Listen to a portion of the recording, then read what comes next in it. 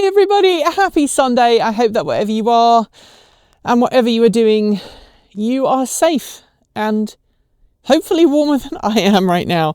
If you haven't watched our Chicken and Sunday, go and watch it because it's been really cold, like some of the coldest weather I think I've experienced while living at this house with ridiculous wind chill. We have more snow on the way, and so I am availing myself of the opportunity of this little gap in inclement weather to film our Sunday Musing. And today, well, I'm going away from the political angle that we've had in the last couple of Sunday Musings and moving towards more of a practical question for you all. And if I look cold, it's because I am. Apparently it's affecting my ability to form sentences, so I apologise. But the question I have for you today, quite simply, is how long do you plan on keeping your current vehicle? Now, I want to acknowledge at this point that some of you watching do not own an EV. And maybe the news as we've had in the last week in the US about removal of funding for EV charging stations, removal of the federal tax credit for EVs. Maybe that has all pushed you to go, maybe I'm not ready to have an EV yet. And certainly in the comment section to some of our most recent videos, there have been people that have been saying, yeah, I'm not ready to move to EV yet. I'm worried about what the change in policy has meant for me. And so for some people, there's going to be a decision to keep their existing vehicle, however that is powered, for a little while longer while they try and figure out what's next for them. And maybe that's you. And if that is you, I'd love to hear your reasonings in the down below. But maybe you're someone who owns an EV. Maybe you're someone who has just recently purchased a car that is new to you or maybe brand new. And you're going, actually, I plan on upgrading this car in a year or two's time. Because there's another model that's coming down the line that I really, really want. Or maybe you're like myself and my wife. We don't plan on selling our cars anytime soon. I know that Kate Walton Elliott and her partner feel very much the same. I know that the majority of our team feel very much the same about their vehicles. Sure, a new shiny car might be good fun and, it's something different, and certainly that can give you positive feedback in certain parts of your brain.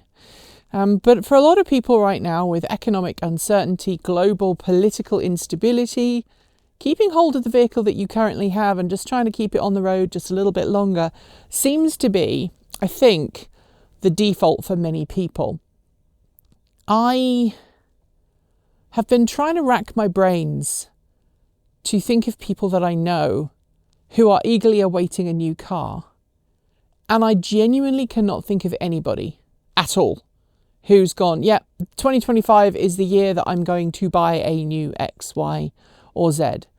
I suspect in North America, there are people who are eagerly awaiting the arrival of the Volvo EX30, especially maybe after the EX30 cross country was announced, which it was this week. Looks amazing. I wouldn't mind having a go in one. Would I want to buy one? Probably not, because the car I've got right now suits my needs, or the cars and the motorbike fit our needs, and so we don't need anything else. And I think there's definitely a global trend of late in many different spheres, including transportation, for people to go, what I have is enough. Either because they genuinely go, I don't actually need anything more than what I currently have, or maybe it's because of uncertainty about the economy and politics in general. Maybe they're worried about the cost of living and want to have a little bit of extra disposable income, even if it's $10 or $20 a month in their bank, rather than going towards a brand new car payment. It also feels like we're getting to the end of what feels like a multi-year push towards leasing, particularly in the EV world, as people are learning that if they're going to buy a car, perhaps they'd rather own it outright and keep it for a long period of time. I know that a lot of my friends feel that way about leasing, so I'm curious as to if those of you watching feel the same. And beyond that, I want to know what your long-term transportation plans are, because if there's a bunch of people going, oh yeah, I'm definitely buying a new vehicle this year, I'm buying a new electric car, maybe I'm buying a new electric bike and getting rid of my car altogether. I would love to know what people's kind of general plans are in terms of how long they plan on keeping their current vehicle, also what it is, what it's powered by, why you're keeping it, and how long you plan to keep it, obviously. And also, if you're someone who's watching who's going, no, I'm getting rid of this car as soon as, let us know why in the down below. I know that there are people, for example, trading a certain brand of electric car in for all kinds of different things. Just last week, I heard of someone trading one of those vehicles in for a Chevrolet Bolt. And they were able to get out of one car and straight into the Bolt, not have any payments left.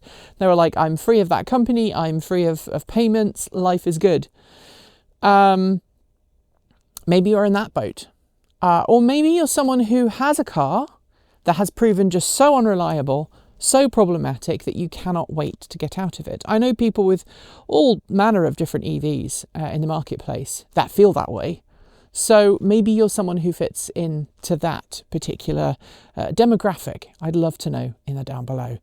Anyway, if you are here in the Pacific Northwest, I hope that you survived the little bit of winter that we had. If you're in other parts of the US, I hope that you also survived the really nasty storms that other parts of the country are having that make this look really, really not a problem at all. And we will see you next week for some more amazing content. Kate's got a great video lined up for Monday if you are a Patreon supporter, Tuesday if you are not, and then later on in the week, with any luck, if the weather has cleared in time, I will have a bit of an update on my electric VX1 from Vectrex. I will see you this time next week. Thanks for joining us today, and if you've got thoughts, make sure you leave them in our Discord chat room on our Patreon page in the down below, or you can reach out to us on Mastodon or Blue Sky. Thanks to the amazing list of people scrolling by on your screen right now. They're part of the massive community of supporters who make this channel possible, helping us through Patreon and YouTube, helping cover our bills, paying our team, and ensuring that we can remain 100% independent. If you'd like to join them and see your name listed here, just follow the links below. We've got options available across a wide range of different price points, starting from just $1.50 US a month.